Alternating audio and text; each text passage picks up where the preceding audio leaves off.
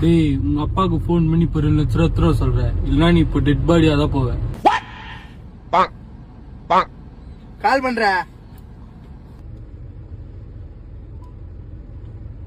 அழைப்புகளை மேற்கொள்வதற்கு உங்களிடம் சரியான ரீசார்ஜ் திட்டம் இல்லை.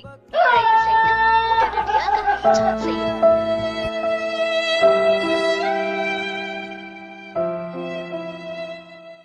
ரீசார்ஜ் தானே காலி, நான் பண்ணி வரேன், கால் பண்ணு.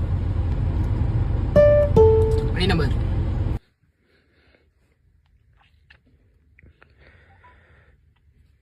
इस नंबर पर इनकमिंग कॉल